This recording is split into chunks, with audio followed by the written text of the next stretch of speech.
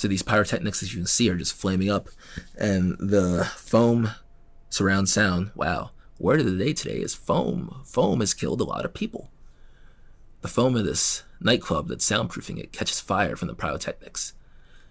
And this club that was ran by a radio had hired a photographer there to actually document nightclub fire safety. How ironic. So this fire happens and someone on stage says, wow. Which, yeah, obviously. The cameraman gets out of there, which is insane because we are literally watching a man's 3 seconds. All it takes in life is 3 seconds. And you make a move and your life is saved. And you don't. Then what?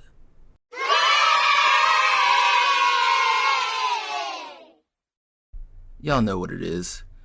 I mean, you probably actually don't know what it is, but I am back. You probably have no idea what this is. This is talking out my rear. God. Man, me and these podcasts. Oh, who was the one before? There's so many.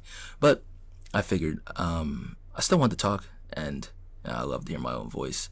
So I needed some way to have an outlet where I could talk and, still, not have it, have the whole thing as before. But it's a new space where, I can talk about the internet, take a deep dive into what I want to do, or, talk about pop culture, things I saw in real life, things that I heard about.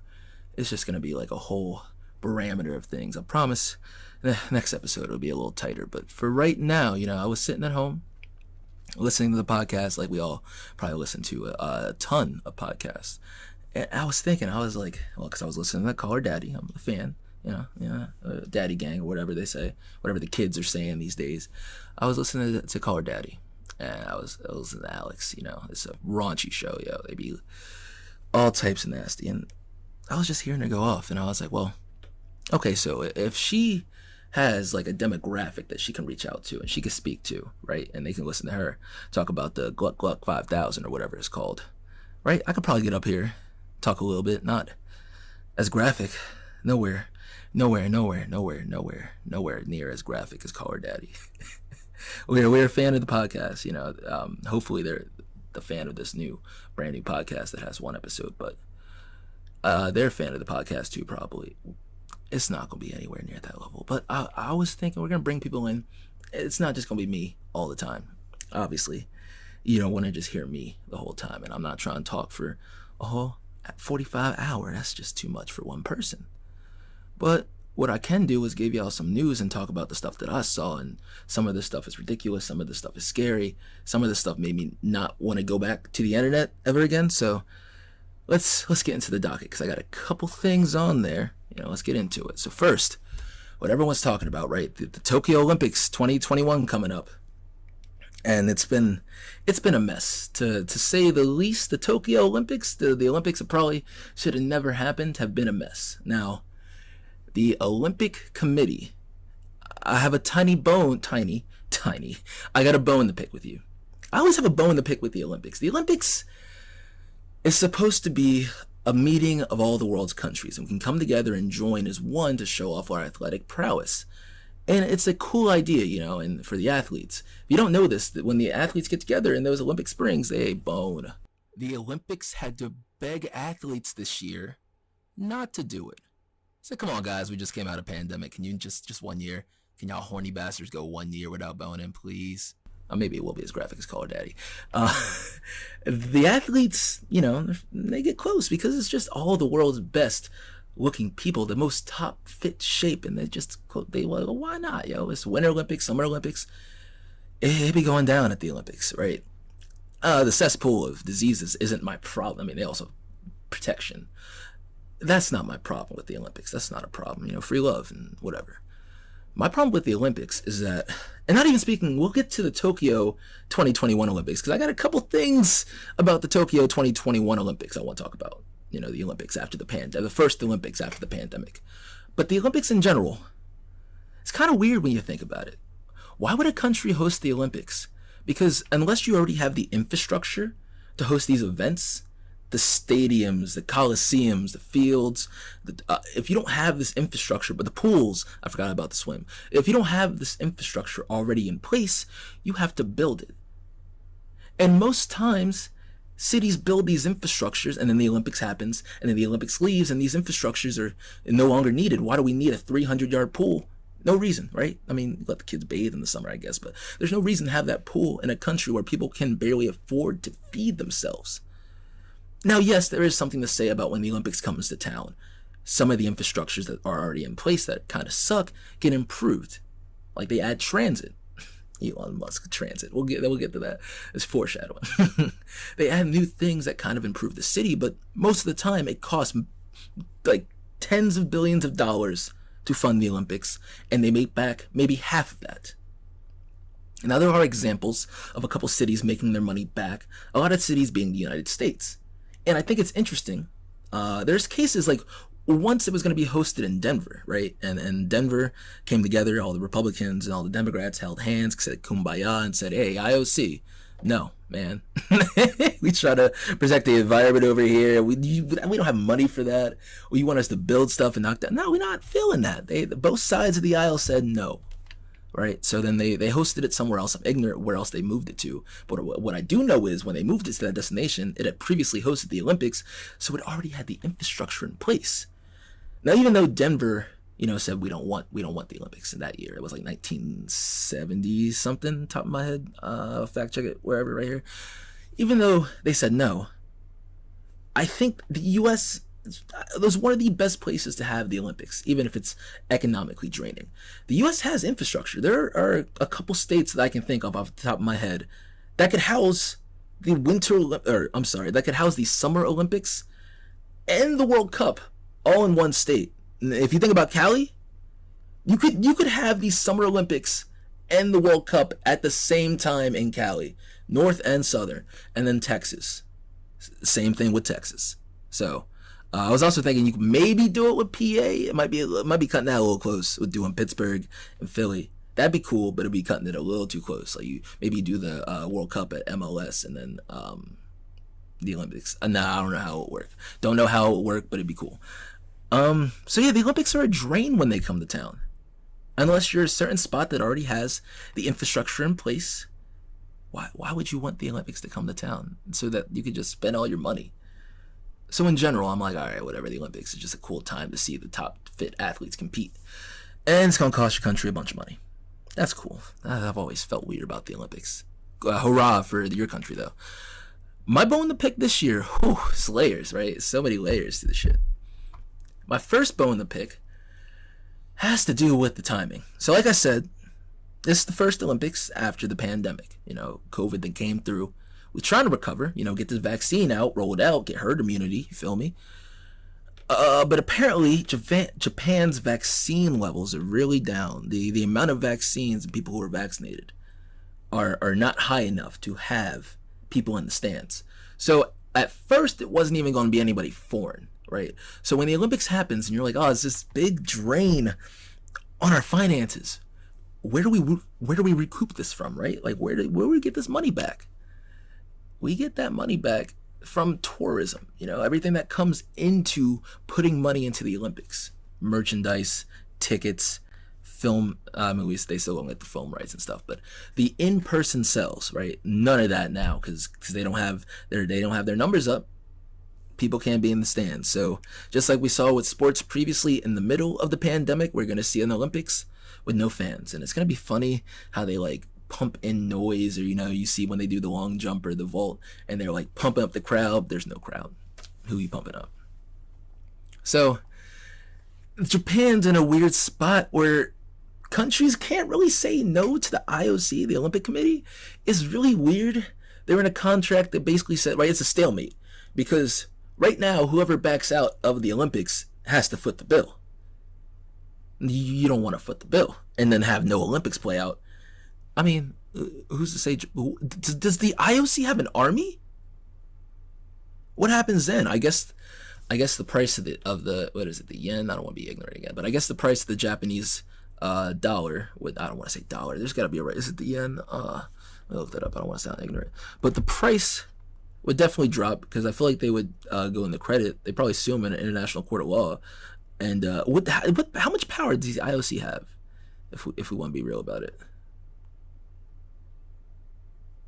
I'm looking it up right now. Not how much power the IOC has. Yeah, it is the yen. I'm not ignorant. And then how much power does the IOC have? Like, they don't have an army. No. They're an Olympic committee. All right, so yeah, man, they gotta figure that out. It's just we did it with basketball in the bubble. We'll just have to do it again. And then my final bone to pick with the Olympics is the Sha'Carri Richardson thing. Now, everyone has heard about Sha'Carri Richardson, and in case you haven't, Sha'Carri Richardson like wowed everyone when we saw her win that race that went viral. I'll put it right here. She put the burners on and she won, right? And then in an interview, a reporter lets her know that her biological mother passed away. First of all, you can't like let me know off the record. You can't pull me aside like, hey, I'll let you know this on. Even if you have to already go through and say it, because higher up says say it. You couldn't have pulled me aside before and been like, hey, I'm gonna ask you something that's gonna be really deep, and this is what it is. Be prepared, or is that okay? Like, let me know before you put me on the spot. Now I gotta like compartmentalize that, right? And she went and coped the same way that I would or anyone else would legally in the United States with marijuana. She legally was in a state where she could smoke it. Then she tested positive for it, and she got suspended for 3 months, which means she will miss the Tokyo Olympics. And that sucks. And I will say, she said it herself, she's human. It's not like she went out, shot up, did crack, or something wild or crazy, or like her mood changed and she was doing erratic behavior. She was using what in certain states and certain countries around the world is a legal medicinal way to cope with certain traumas. And there's a fly in here, I'm sorry. And to deny that person, right? Because again, what powers do the IOC have, right? To one, test for marijuana? Because before we even talk about, what right do they have she tested positive. It's against the rules. Now the IOC says for a substance to be banned, it needs to meet 3 criteria, which marijuana meets 2. It gives the athlete an unfair advantage, and it is harmful to the athlete. Now, if we examine things like doping or steroids, yes, we can see how it gives you an unfair advantage, and it's also harmful for the athlete. I get that. Those are genuine, cheating. Those are against the rule. Because marijuana is an inflammatory and it allows you to heal faster. People out here trying to treat marijuana like it's a medical cure-all, be-all. It is really not. It is as much of a advantage as an Advil or an ibuprofen. So you tell me if I got caught with like 3 ibuprofen, and if I take like 8 ibuprofen, that's the same damage to the athlete. So is ibuprofen also on the restricted list for Olympic athletes, right?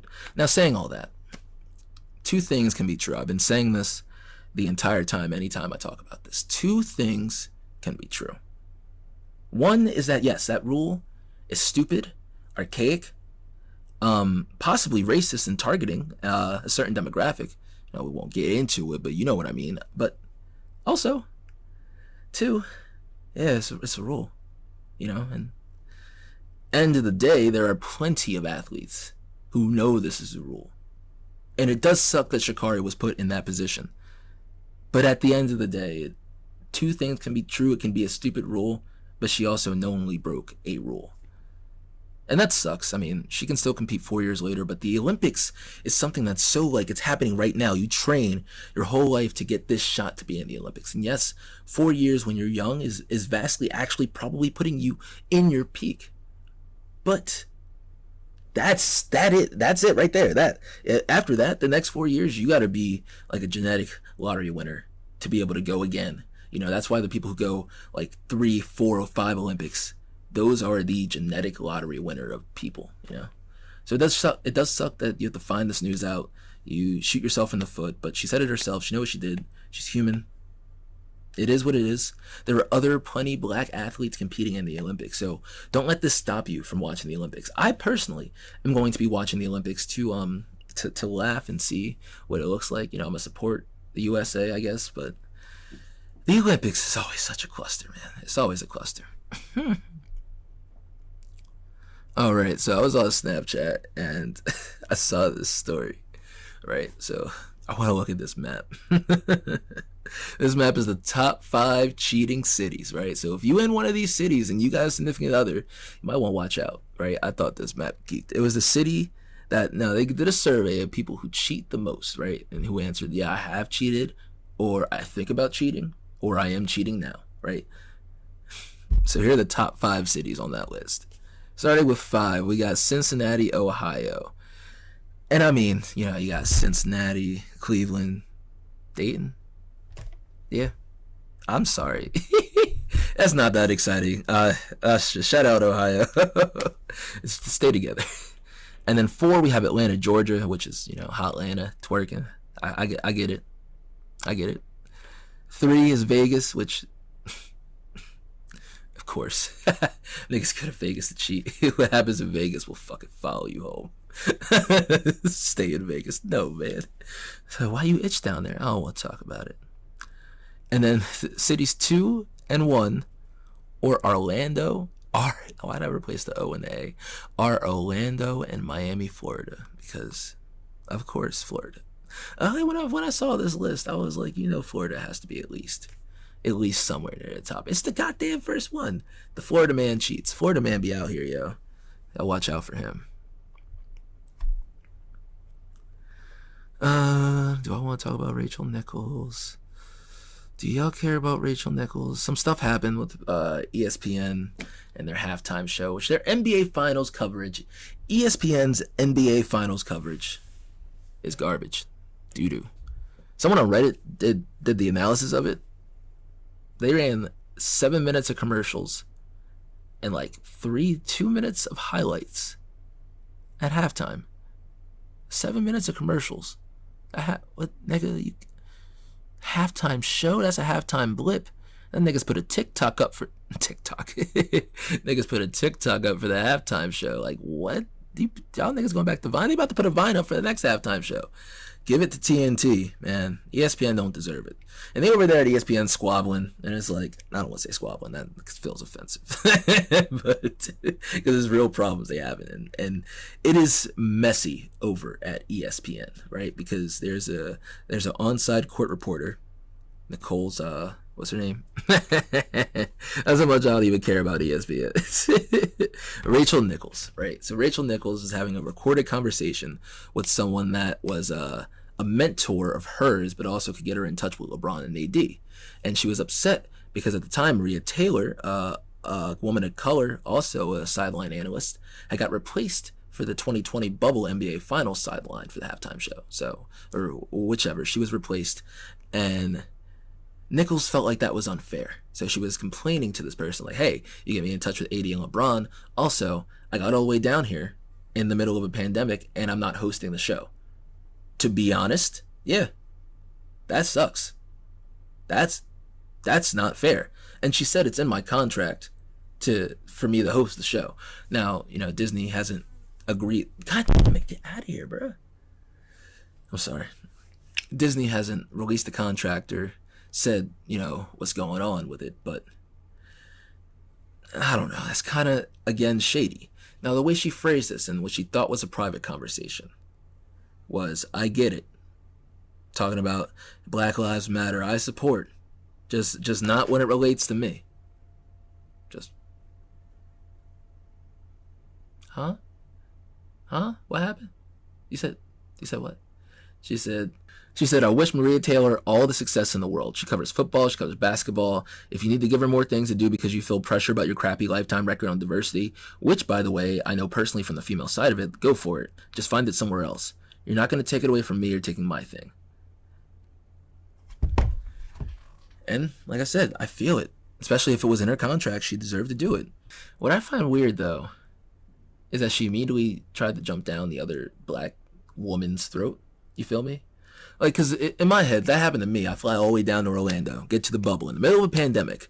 I risked my life, because you didn't risk your life, but I risked my life to go down to the bubble. And then I'm not doing the job that I came down here to do. I'm heated. And you know what I'm going to say? Not Maria Taylor. Hey, ESPN. It's in my contract. Forget all that other noise about diversity and fairness, and I don't know why you felt the need to bring that in. The strongest point you have, if it's in your contract, is this is in my contract. Now, if we want to go back and forth, you can do whatever you want to me, but this is in my contract. You have to honor my contract. You can't push me aside, put someone else in. If I got contracted to build your house, and then I showed up the next day and you had some other dude there, and I'm like, wait, bro, you said you were supposed to pay me. No, that's fine. I found somebody else. Well, you're gonna continue. We're gonna honor this contract. He can keep building it, but you about to pay 2 people, and he can finish it. But I want my money. So I do feel her. I just think it was weird that she went to this whole side where she was like, well, diversity, and I support diversity just when it's not me. Well, that's a weird thing to say. And it's a very human thing, a very humanly selfish thing to say. Is, oh no, I support all this change and progress shit. Just not what is me. I get that. I wholeheartedly get that. I think what it is when it comes down to it is that, and I mean, some of her coworkers have said this too. It sucks to hear about, you support us in my face, but then you go around and you talk to your other white friends and, oh, it's exhausting. They always have problems. Someone's always getting shot. There's always trauma. Yeah, bro.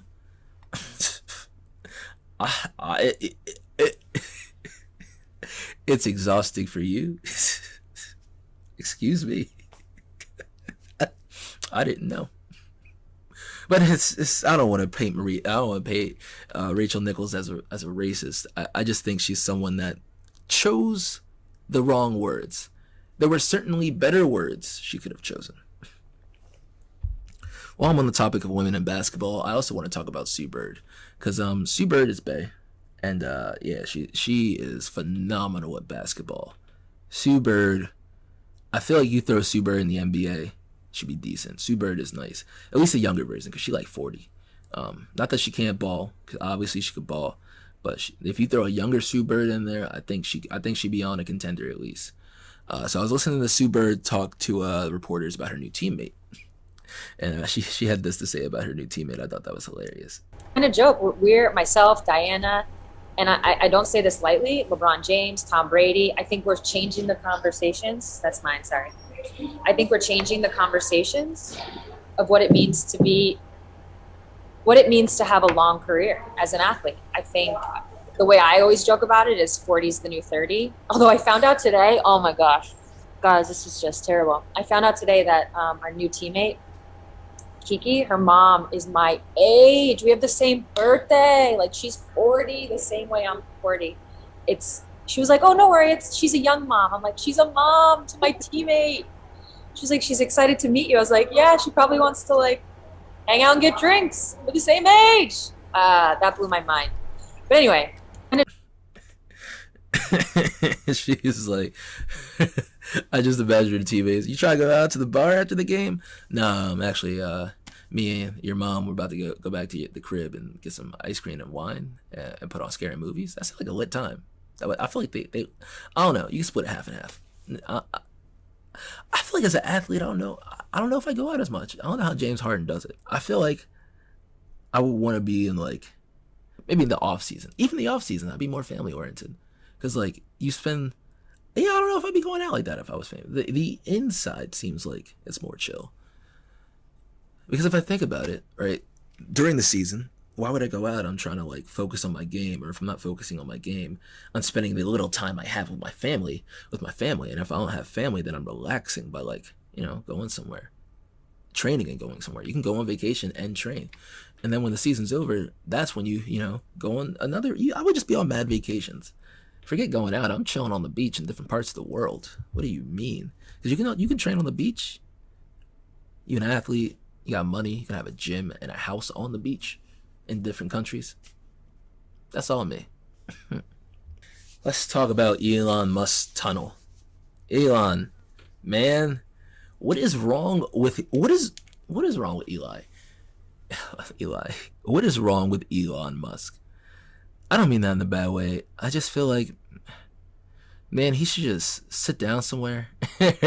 Like, Elon wants to have his hand in so many pots. And I do get it. Innovation. I'm never going to say innovation is bad. And I applaud a lot of the things Elon Musk has done. Just also, I got to acknowledge that some of the things Elon Musk has done has been a little cringeworthy. The whole Thai cave incident still burnt to my head, where he had this cool design for a submarine. That was very cool. But in the end, it was pretty much just not going to work for the situation at hand. But Elon Musk, with going into space, building cars, building tunnels, and all types of innovations, I appreciate him for what he's done. You know, you feel me? So now he wants to build a tunnel in Florida,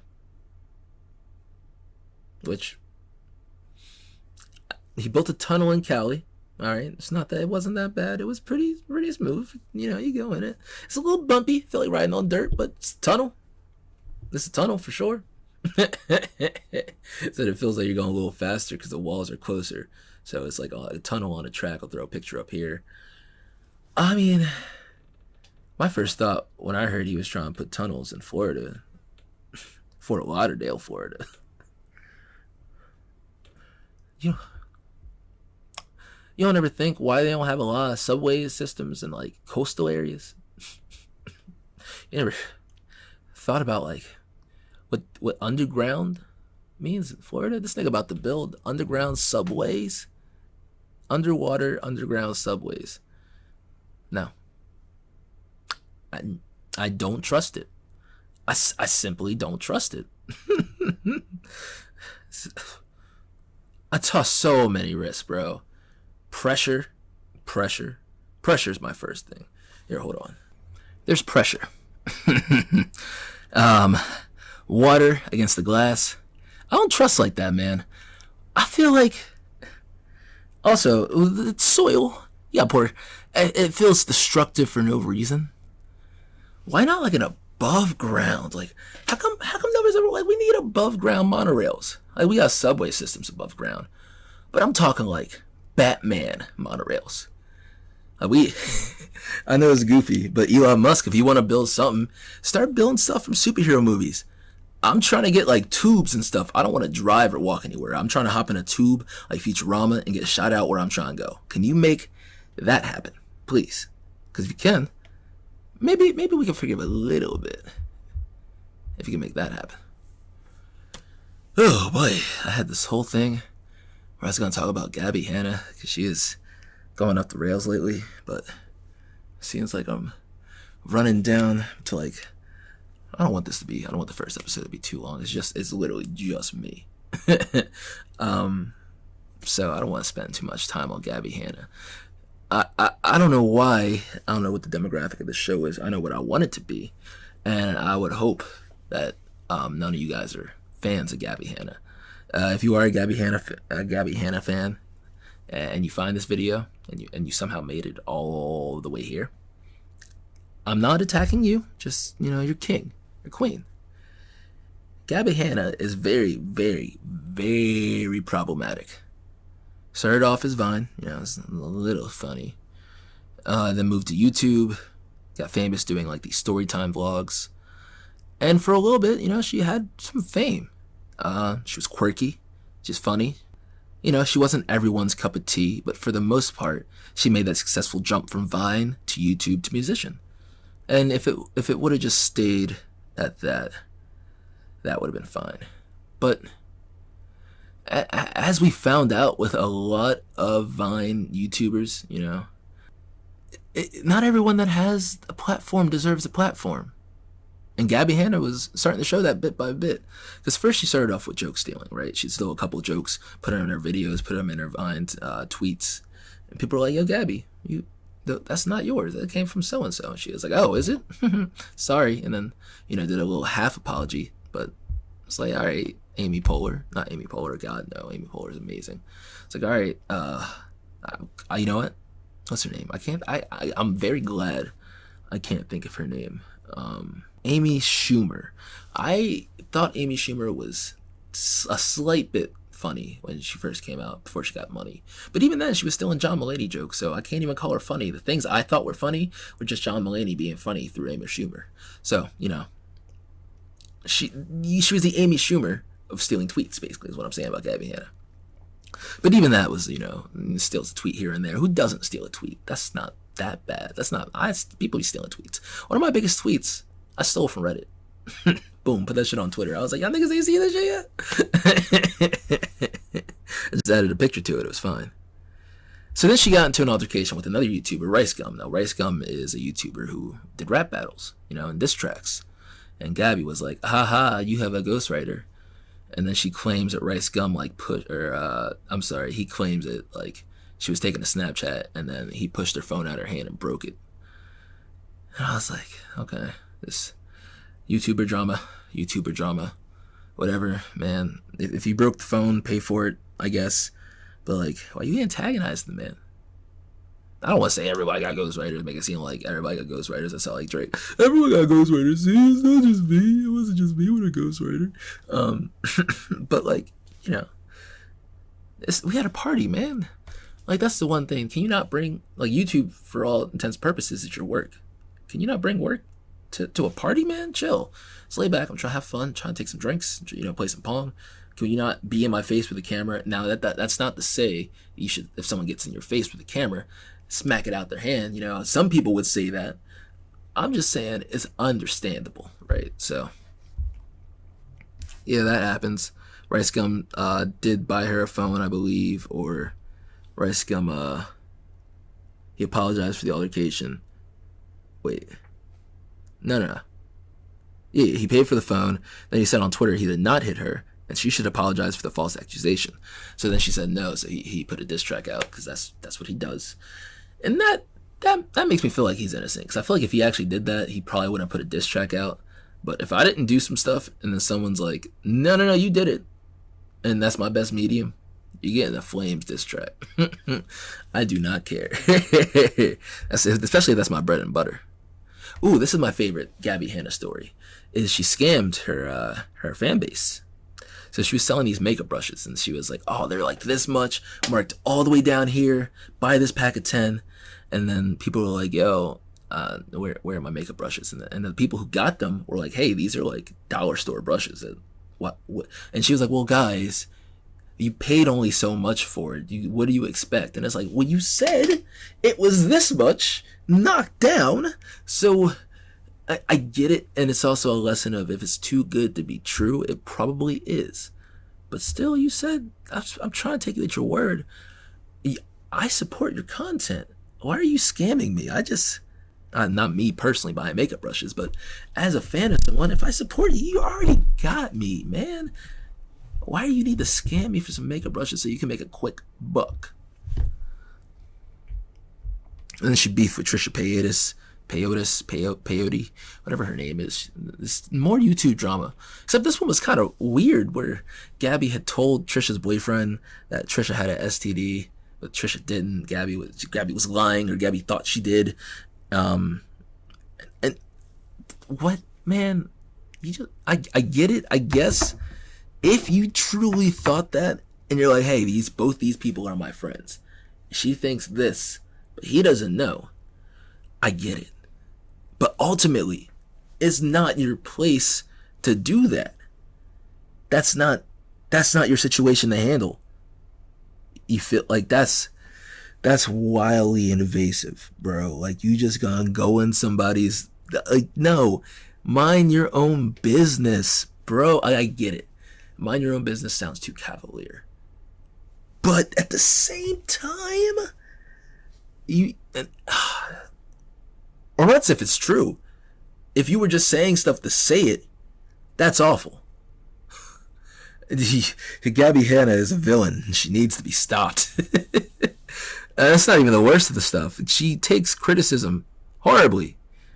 Anytime she's criticized for anything, She has to go and physically grab this person and be like, well, why did you say this about me? Or why did you tweet this thing about me? Or you like this tweet about me? That is...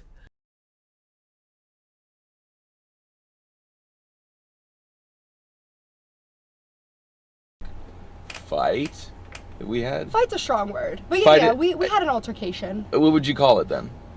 I mean, an altercation or a text fight? I don't know what you would call it. I guess it was a fight, yeah. Yeah, it was, yeah. From my point of view, you came at me very hard. I'm sure I did. You said, why the fuck did you like that? Like, you're a piece of shit, like, you're a loser. I don't think I said that. You said I'm a piece of shit. Psychotic behavior. Not off of that. No. Hit me. Okay. Like She held this nigga in the car like he was a hostage.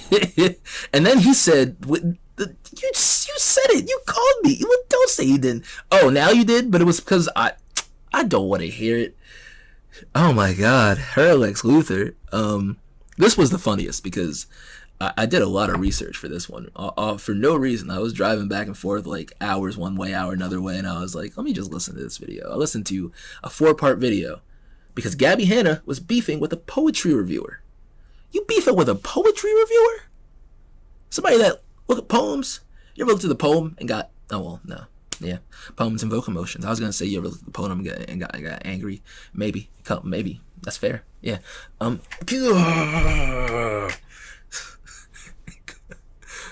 Fuck it. Left the window open and these niggas said, I'm in here.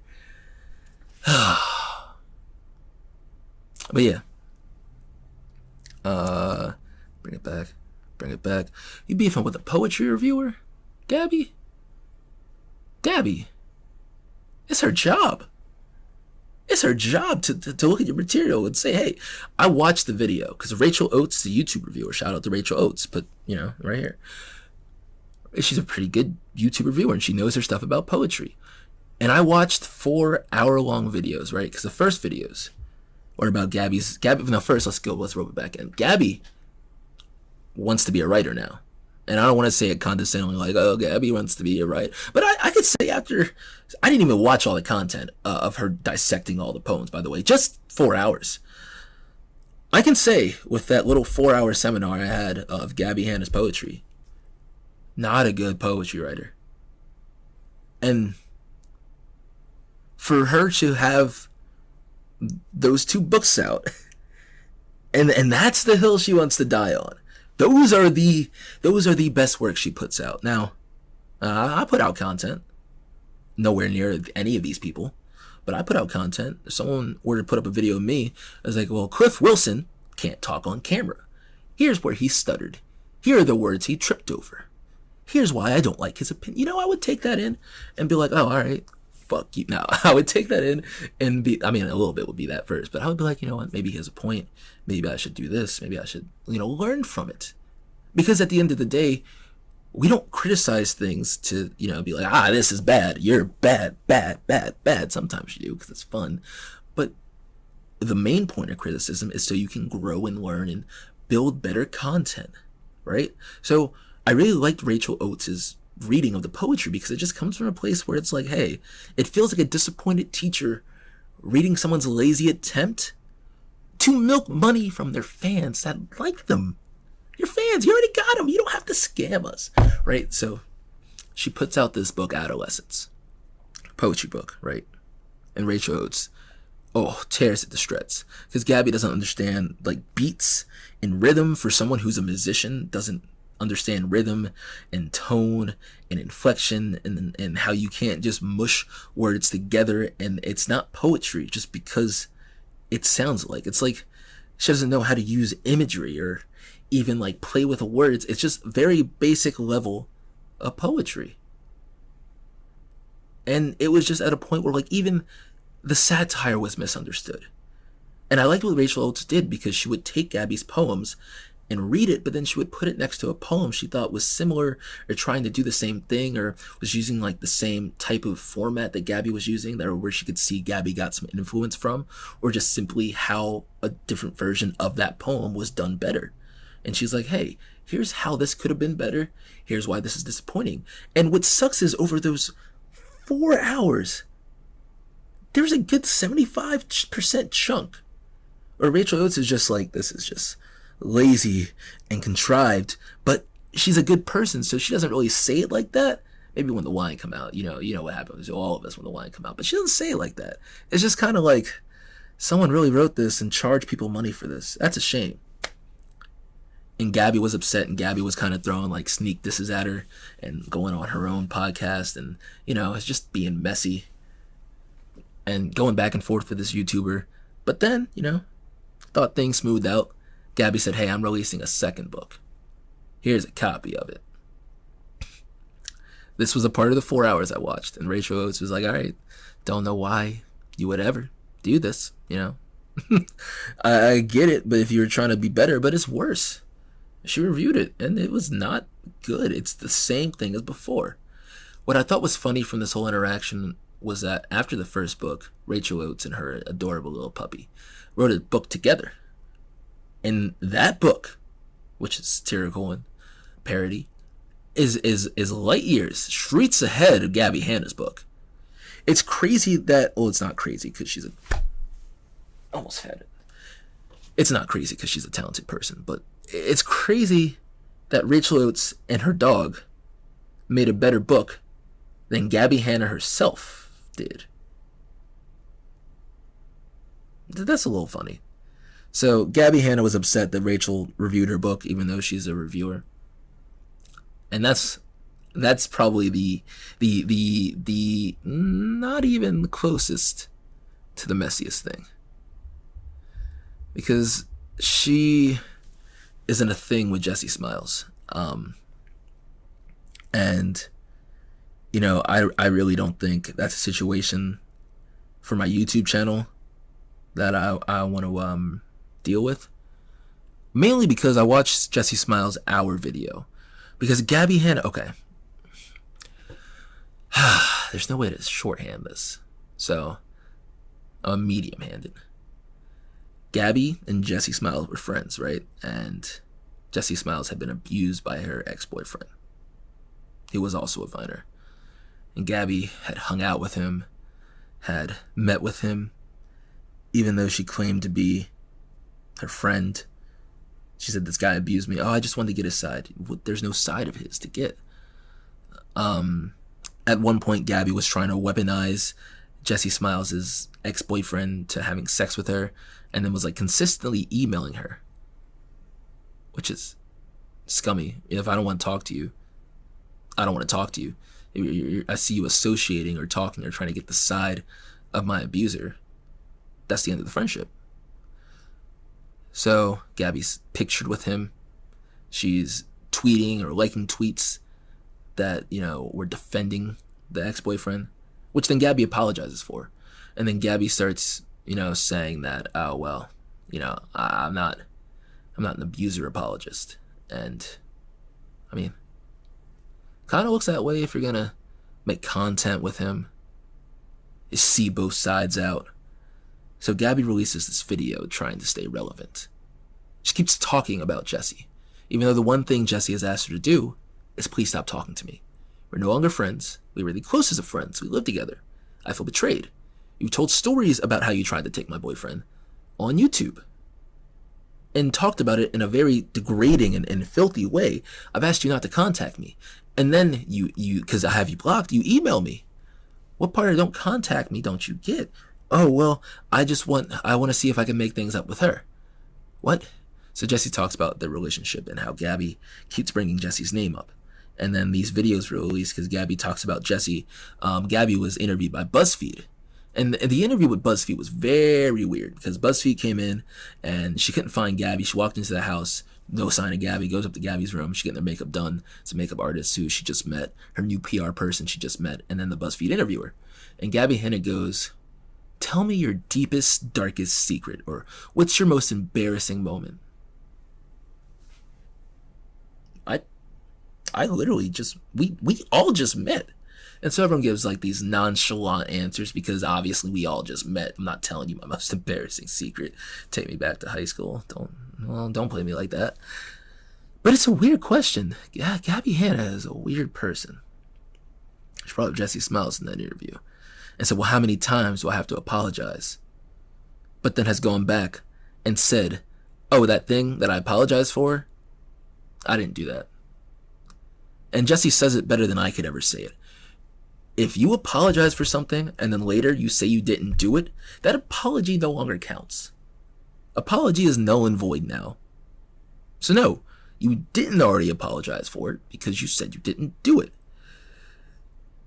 It's a frustrating situation, to say the least, and I'm sorry if you don't care about Gabbie Hanna.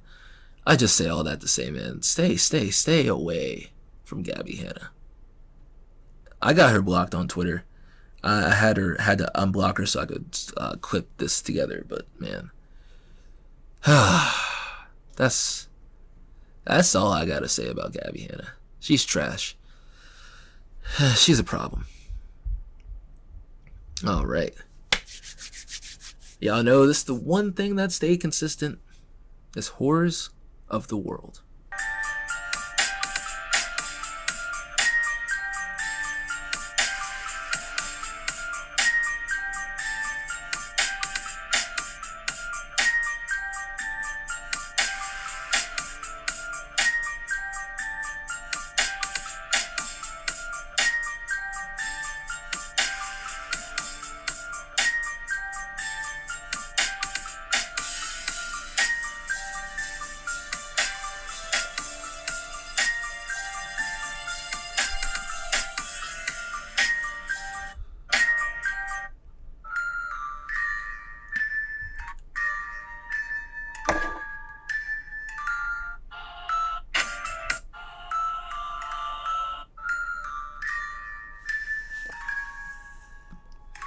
Alright guys, now it's time for horrors of the world.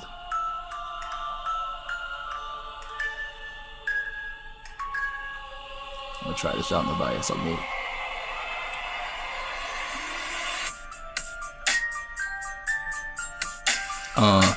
Horrors of the world. About to go and grab a girl. Horrors of the world. About to make you curl under your bed. About to make you go and hide your head. Talking about the stories, talking about a picture. Make you pick up the book and read the scripture. Make you go and say, make you go and run away. Talking about the faces, scary people macing everybody you see. But you gotta come with me, go down this path. Gotta come from it, not last. Gotta be first, gotta look into the past. Go back. Look at this shit, made me wanna go and hit. Go to bed, go lay myself, go break my legs, not go nowhere. Gotta go and pull out my hair. I ain't got none, but I gotta grab the gun. Horrors of the world, this some random bullshit. Horrors of the world, I'ma kick some. Nope, I had it at the end, but this is a shitty freestyle. But horrors of the world. It's always a shitty freestyle. It's gonna get better. I need people with me. I need the vibe. Horrors of the world. Some of the most unsettling pictures ever. Now I've thought about this, and I have so many. I spent like 5 hours in one Reddit thread. There's so many unsettling pictures in the world, it's terrifying. And if you're that type of like criminal minds, you like those horror, like crime, unsolved murder mysteries, this might be the right alley for you, right? Because these pictures, man, be warned, all right? These pictures are not for the faint of heart. They're not gonna be graphic. In fact, some of the most unsettling things about a lot of these pictures is that they're normal. So like this picture right here. These 7 people are the crew of the Columbus. The Columbus is a spaceship that blew up upon re-entry into the Earth's atmosphere. And that was a picture of them 3 days before they knew they were going to die. Now basically what happened is, to keep a long story short, as the spaceship took off, a little, foam piece broke off of the rocket ship. That's supposed to break off when the engine does, whatever. I'm not a rocket scientist. So a foam piece broke off and hit the wing. And it had hit the wing and made it deteriorate to a certain point where there was a hole in the wing of the spaceship. And now going up, there were certain engineers that were running tests, and they were like, "Hey, could you make the space?" They were talking to NASA in Houston. They were like, "Hey, can you make the spaceship turn? You know, we're not sure if that foam piece did as much damage as we think it did. If it did what we think, it could be catastrophic, but we're not sure." You know, and I read a whole 4-page report about this, and NASA was like, "Nah, it's fine," or you know, there might be a problem, but let's not let the astronauts know until it's obviously a problem. All right, so the astronauts aboard the Columbus have no idea.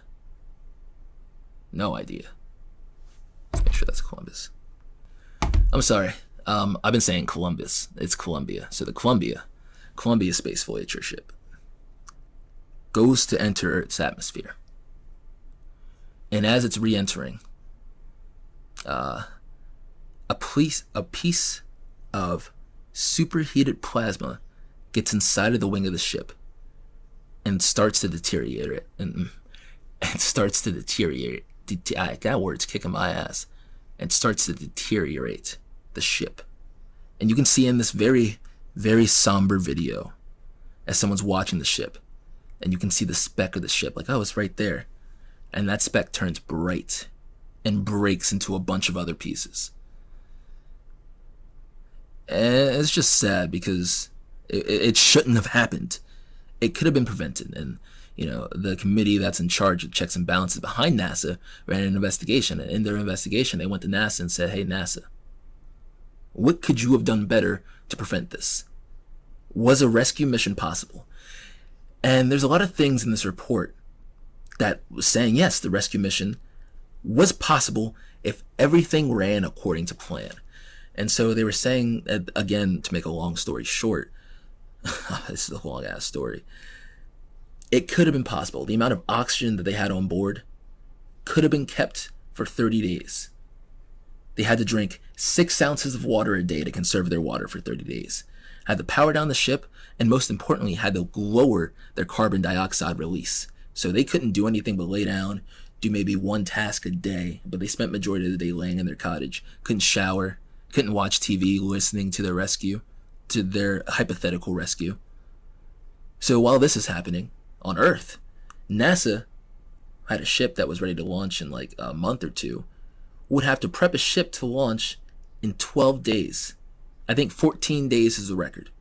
So they would have to build the parts of the spaceship to make it ready to go into space in record time. Every single piece of that spaceship has to go perfectly and fit perfectly on the first go in this hypothetical. And then because the ship they were going to use was already going to go to a different destination, they would have to reconfigure the entire software of the ship, layman's terms. It would be the biggest overhaul of the software NASA had ever seen, and this would have to go on without a hitch. Then they would have to find the best of the best astronauts. Astronauts that I could just pluck out random and throw you into space. You have no time to train. You got 10 days. And then you need room for the people that are in space to be on the ship because you need weight for your ship. You feel me? So for however much weight you need on your ship, you need more fuel to burn. But then if you have more fuel, you need to account for the weight of that fuel. So you need more fuel. It's like a never-ending loop of fuel. So now they only have to have 4 people on the spaceship rescue ship. 2 pilots, and then 2 people that would do the spacewalk. So while these 2 pilots would be running simulations the whole time in training, the people doing the spacewalk would spend most of their time using NASA's pool to get used to zero gravity in 10 days. Then they have to launch and get into space. Here's the biggest hurdle for that. The biggest hurdle after every single thing has to go off at the first try, which when you're building spaceships, you think every single thing works the first time. Talking about immense pressure. Talking about hundreds of people going off no sleep. You have to work sun up to sundown because the people in space only have 30 days, right? And you know when you're tired, you put everything together perfectly, right? So not only that has to go off without a hitch. Now you get it up to the launch pad, get your 4 space astronauts in there. This foam piece that broke off and hit the wing is not an anomaly. It has been seen with other spacecraft That foam piece has broken off before. It just hasn't been as significant as it was on the Columbia. So it is a risk of sending this new spaceship into space. And you don't want to risk more lives to save lives. And what if that same thing happens? You can't save, everyone can't be saved.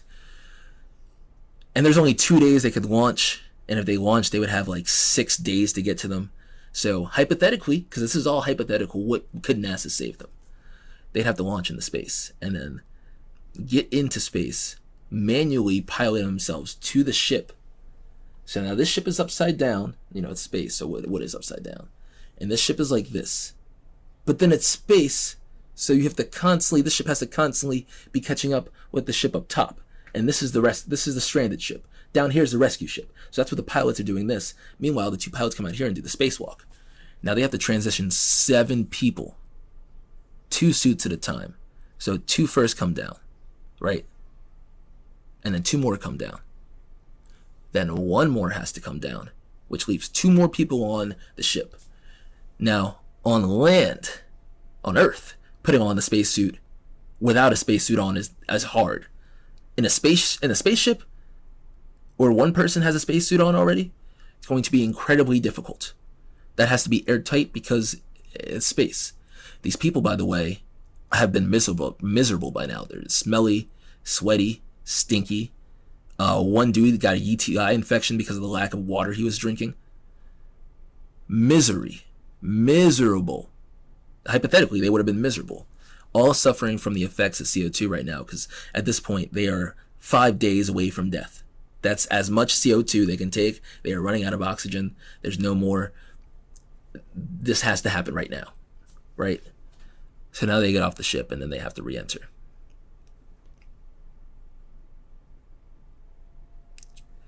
It sounds like a movie.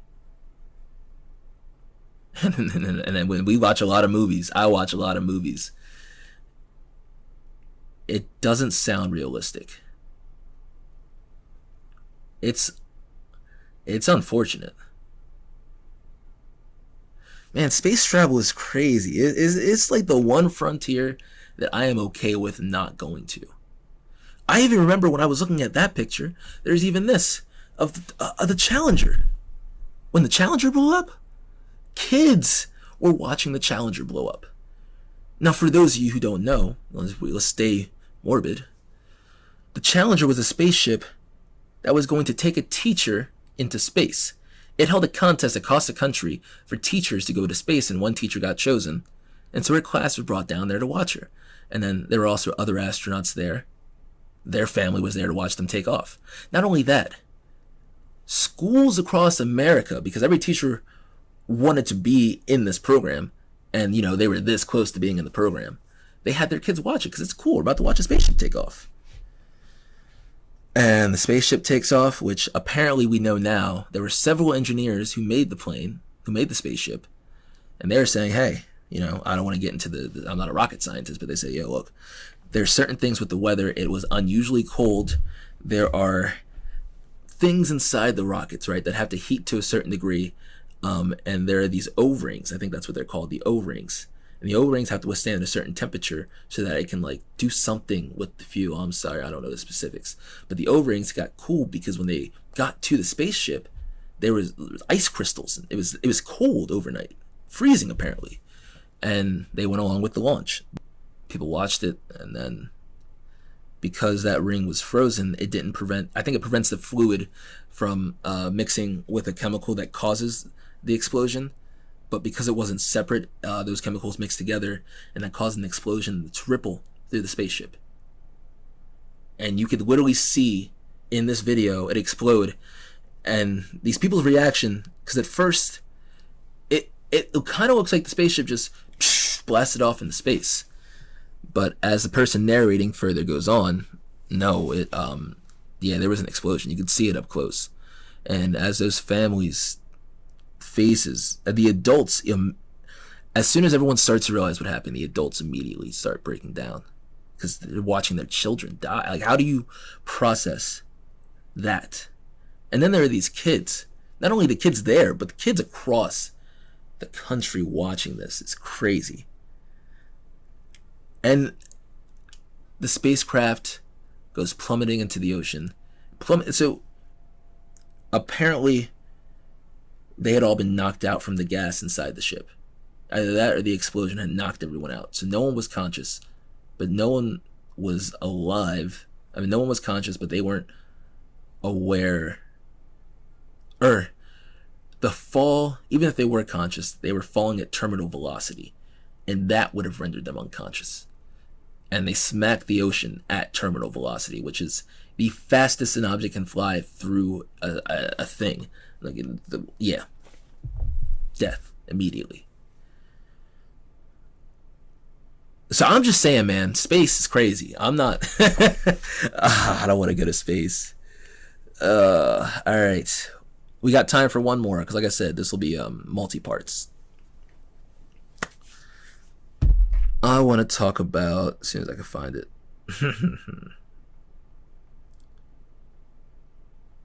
I want to talk about the Station nightclub fire, because this one is so sad. And there's a video of the beginning of it.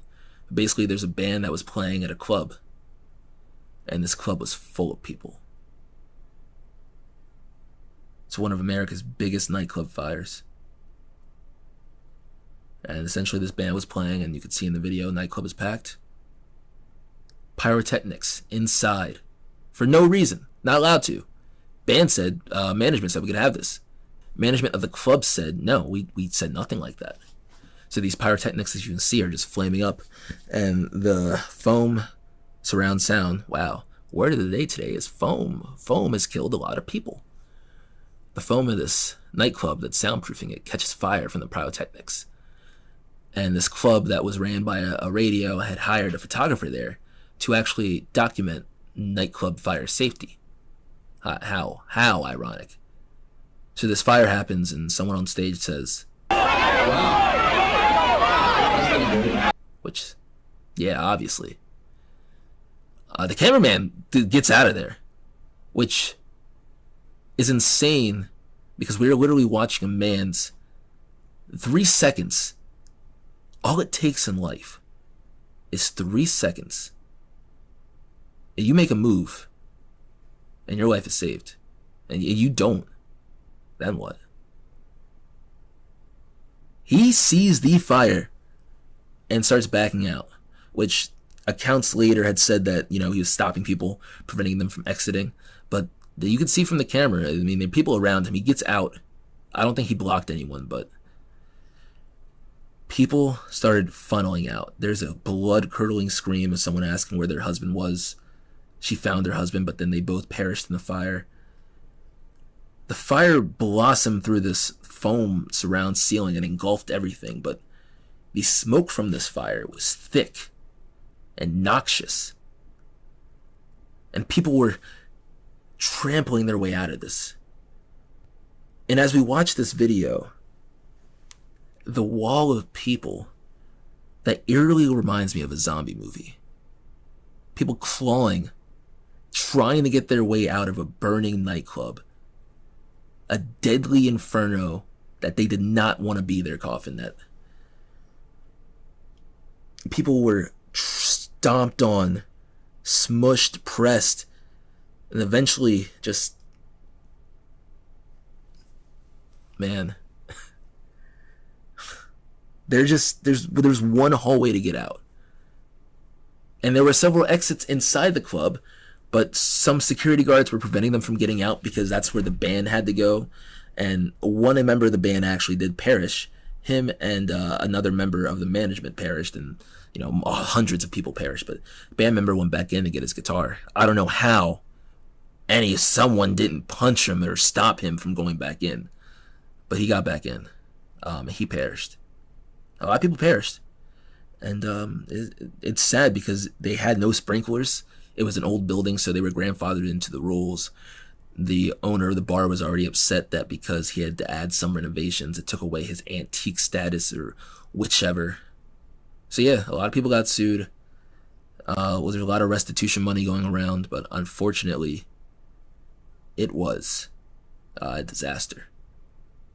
So yeah, I'll leave that for you. nice little horrors of the world. Usually we tote the line between horrors, but I think I can genuinely say that I talked about some horrible things. Yeah, so that's been the first episode of Talking Out the Rear. Went a little longer than I wanted it to. I think the horrors of the world really went overboard, but I did that on purpose. Thanks for watching, guys. As always, my name is Cliff, and this has been Talking Out My Rear. Peace.